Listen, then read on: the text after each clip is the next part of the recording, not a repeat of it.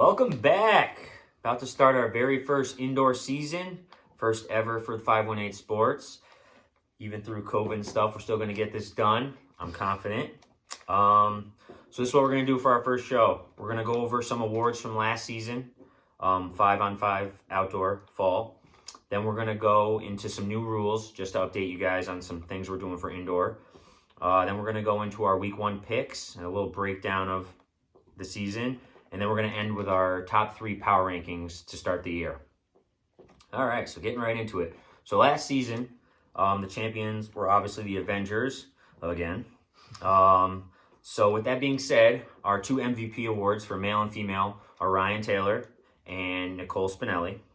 And then we're going to do Rookies of the Year.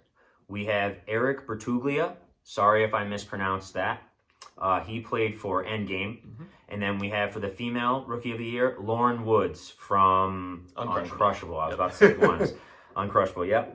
Hopefully they come back. I know Eric's not playing this season because Endgame isn't, but is Lauren? No. Lauren's not playing indoor either, actually. So neither are playing indoor, but hopefully we see them come springtime. And then for the Coach of the Year, we have Stephanie Race, who coached the Has-Beens, made it all the way to the championship, lost in overtime, great game. All right. Anything you'd like to add to that? No, I think they all made sense. I know the female MVP and female Rookie of the Year were pretty hotly contested races. Yes. But I think all the winners make sense. It was a really good season. I don't think that anybody really has too much of an argument at taking the awards. Maybe Elena for female MVP. She had a great season. Yeah, always deserving. But, you're splitting hairs there because they both had great seasons for the Avengers. So. All right, moving on. So we have a couple new rules. Well, not new. We're just changing them a bit. And remember, for indoor, it's 7 versus 7, which we haven't done before. 4 guys, 3 females. You want to talk about those? Yeah, sure. I think the 2 biggest ones, it's a slight tweak to our overtime rule, which had been 1 play from the 10-yard line. Didn't matter who scored, no extra point. And then they would just alternate. For the indoor season, it's going to be 1 play from the 10-yard line. A female touchdown is worth 7, just like it would be in regulation. Plus, we're doing an extra point where you can go for 1 or 2. It just makes it so that there's a little bit more play. It's not just one thing and it's done, and then you flip. So it just makes it a little bit more even, I think. And then the other bigger change will be our defensive offsides rule, which is going to be called a little bit more like offensive false start. Yes.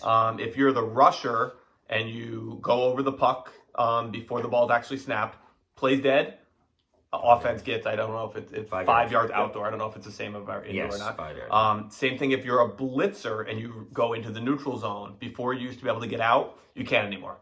It's going to be called just like a false start on the offense. 5 yards, no free plays. That's it. Now, if you're a blitzer or a defensive player who makes a forward move but doesn't cross in the neutral zone, that's okay. Yes. Defense is still allowed some movement. But yeah, if you enter into the neutral zone or if the rusher goes past the puck, there's no more getting back. 5-yard penalty, plays dead. There we go. So I think those are probably the big rule changes for indoor that I don't think will make a huge difference, but they are good things for everybody to know heading in. Yes, and we will have 2 printed rule books, 1 for each field tonight. So if there's any questions, we'll go to those. We're back to 2 refs per field. Still $40 per team. But that's good to know as well that you will have, the field is bigger than our 5-on-5 field, obviously. So it is good to know that you'll have 2 officials for this. Yes, and remember, masks at all times. I can't say that enough. No mask, no play. Gator's good too. I just want to make sure we're clear. Gators are some type of face covering needs to be on. Even for spectators. And also, crap, what was I going to just say? Oh, if you have a doubleheader, it's $40 twice, so $80 total. Yeah. It's not just $40 and you're good for both your games. And everybody will have a doubleheader at some point with 7 teams this year to keep things flowing. Everybody will have a doubleheader, so just make sure you're keeping an eye on the schedule. You don't see yourself at 8:30 and be like, okay, that's it. Make sure you know that there, at some point in the season, you will play twice. Yes. Well, we'll be doing the show weekly and go over all that, so you should know because everybody watches this show. All right, moving on. So let's get right into our week 1 games, and then we can kind of discuss each team and our picks and all that. So at 8:30 p.m., we have Camilla's Crew versus Monstars and Iguanas versus Apocalypse. Obviously, Camilla's crew is my team.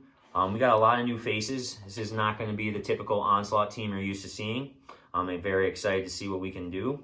Of course, we get Monstars Week 1, which is very experienced, very good. Dominated the Saturday League for many seasons in a row now. I don't even want to know how many in a row. I'm sure they will comment and tell me exactly how many. But yeah, it should be a good game. I'm obviously going to pick my team. I can never pick against us, but we're getting thrown right into the fire, and we're going to see what happens. Yeah, I think it's an interesting matchup because, like you said, this isn't a typical Onslaught team, and it's not just because it's Camilla's crew. I think there are a lot of new players on your team, but I'm also very interested to see how Monstars manage their roster, Yes. which is really loaded, but also has a lot of restricted players on it. I believe Dula is going to be their quarterback. No, they dropped him for Mark. So. Oh, they're okay. So that yeah. I mean, that's very interesting. I was gonna say because I haven't seen Dula play quarterback in probably 5 years. I'm assuming it's got to be Zeke or Salih at this point, but I really don't know. They have so many weapons, it almost doesn't even matter. But they will have to balance that. They can only play 2 restricted at a time. So that's going to be interesting. I am going to take Monstars in this game just because I think they are so deep. And like we said, Camilla's crew has you, and I'm sure some other very good players, but it's not the same team. So I'm going to go with Monstars in that game. All right. And then, as I said, the second 8:30 game is Iguanas versus Apocalypse. I'll let Greg start with this one because he runs the Iguanas team. So this Iguanas team is sort of a combination of the 5-man Iguanas and the 5-man Uncrushable. I think I put together a pretty nice roster. I mean, if you go on the post, you can see who's there. I'm not going to give Prophet a breakdown of all my players. I think it's a pretty good group. Now for them, I don't know a lot of his females, but Prophet is incredibly athletic. He's still learning to play quarterback, but he's very athletic. He's tall. And then they've got Shoddy and CJ Tarver. I mean, you're talking about probably the #1 flag player in the area. And then another guy who's top 10, top 15 playmakers. I mean, Yeah. If all 3 of them are there, and then I think they also have Demetrius Toon, I think, who can Yes. play line, and I don't think he got tagged either, which is a big thing for them. He definitely has some talent. I'm going to take my team just because I don't know who's going to show up. You know, we don't know what their lineups look like. You know, you can have anybody on your roster you want, but if they don't show up, Right. it changes things. So until we really get to see who's showing up for his team and how he adjusts to our league, I'm going to go with my squad. I won't have everybody there tonight, but I'm hoping to have enough to start 1-0. I was going to say pretty much the same thing. I was going to pick Iguanas this week just because of the unknown with Apocalypse. I did see that CJ Tarver was in Vegas as recent as yesterday, assuming that was a current post. So I'm assuming he's still there, but you never know with his free flights and all that. He could definitely be back. But I'm just going to go on a hunch that he's not.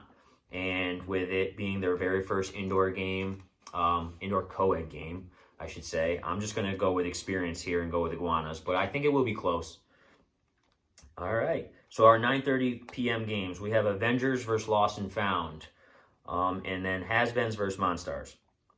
I'm obviously going to pick Avengers here. Can't pick against them unless they play me or until they show that they are not the same Avengers. Yeah. Lost and Found. I don't know all the players on there. A couple new names. I'm just going to assume that they are going to take a week or two to gel and adjust. I know Dustin put this team together, and I'm sure they'll be competitive, but Avengers are Avengers. And I know Ryan also has some new former D3 football players, so they could be very good. We don't know. So I'm going to go Avengers here. Same thing. I think the big key is that Jen K is back on Avengers. So Yes. Ryan doesn't even need a ton of time, honestly, because he's really getting comfortable at quarterback and he can move. But now he's got Jen K, which also means Lost and Found doesn't have Jen K. That's true. They lost, who did they have? They had Craig on their team. Yes. They lost Craig Helms to Monstars. Fahrenkopf wasn't on the roster last I saw. Nope. And Berto Berto has left Avengers completely and will be the quarterback for Lost and Found this year, which is I did forget about that. exciting. So Berto's getting more experience, and they do have, like I said, Dustin, assuming he's fully healthy, is a pretty underrated player. I think Craig Oscom was on that roster. He's a fantastic wide receiver. Again, until Avengers falls or Berto comes out and looks like a superstar, it's tough to go against Avengers here. So I'll also say Avengers. All right. And then our final game at 9:30 p.m., we have the Has-Beens versus Monstars. I actually picked this as the game of the week. Yep. So yeah, I'm struggling with this one, but I'm going to go. I think I have to go Has-Beens here, just because I need to see Monstars prove themselves in our league, which is different than Saturday League. So I'm going to go Has-Beens here in a very close game. Also, assuming that we beat the Monstars, oh man, them starting 0-2. I'm going to stick with Has-Beens, but it's a coin flip. It really is. But knowing that they have Deering, J.O., they added Pat Chamberlain, Anthony Fogarty. Yeah, they've added some studs. Steph has Lindsay now, which is huge for them. I'm just going to go Has-Beens, but I don't love it.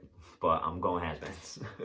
Definitely the game. I mean, it's tough to say definitely game of the week because you also play Monstars. But, I mean, yeah, Has-Beens was in the Super Bowl last season. Monstars is a proven commodity that they just win. Good word. They win.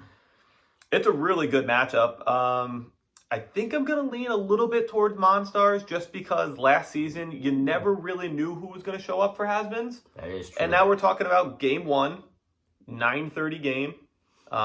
Deering and J.O. are going all over the place playing in 5-man tournaments, 8-man tournaments, 7-man tournaments. So I'm going to go with Monstars just because their roster is so full. I'm assuming they will get good numbers there. If Has-Beens gets, I mean, even really 3 of their guys there, along with Lindsay and Steph, man, they're still really, really good. But I'm gonna lean towards Monstars. So I actually I had the opposite of you. I have them starting the season 2-0. All right.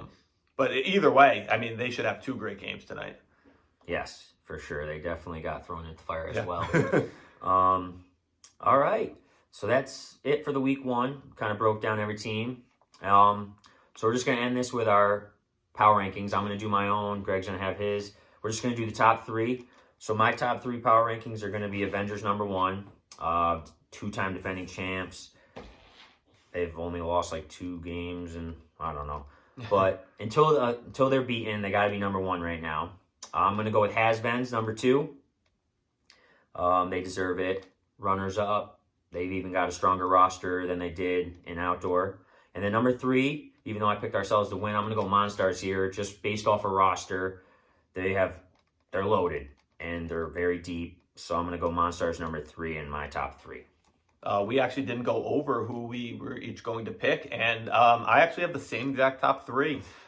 It's tough to leave a team quarterbacked by you off of that list, but until we see some of these new guys, I don't know. And like I said, I really do love the Iguanas team I put together. I told Savini before the season, the pieces are in place, bud. Here you go. No pressure. No pressure. I don't want to put my foot in my mouth and say we're top 3, so I'm going to leave us off right now, but I really do like the roster I put together. But again, Ryan keeps winning. He's got to be there. Steph did a great job with Has-Beens last year, and they're even better.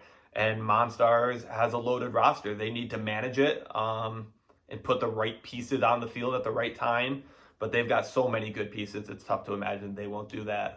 But it looks like a really fun, competitive indoor season. It really does. I mean, again, we just went over a top 3. I mentioned a top 5, and that's leaving off Lost and Found, the Berto quarterback who just led them to a Final 4, and it's leaving off Apocalypse, who has Prophet, CJ Tarver, and Shoddy on it. So it's really a loaded indoor season. I expect a lot of parity this year. I'd be shocked if somebody finishes the year undefeated.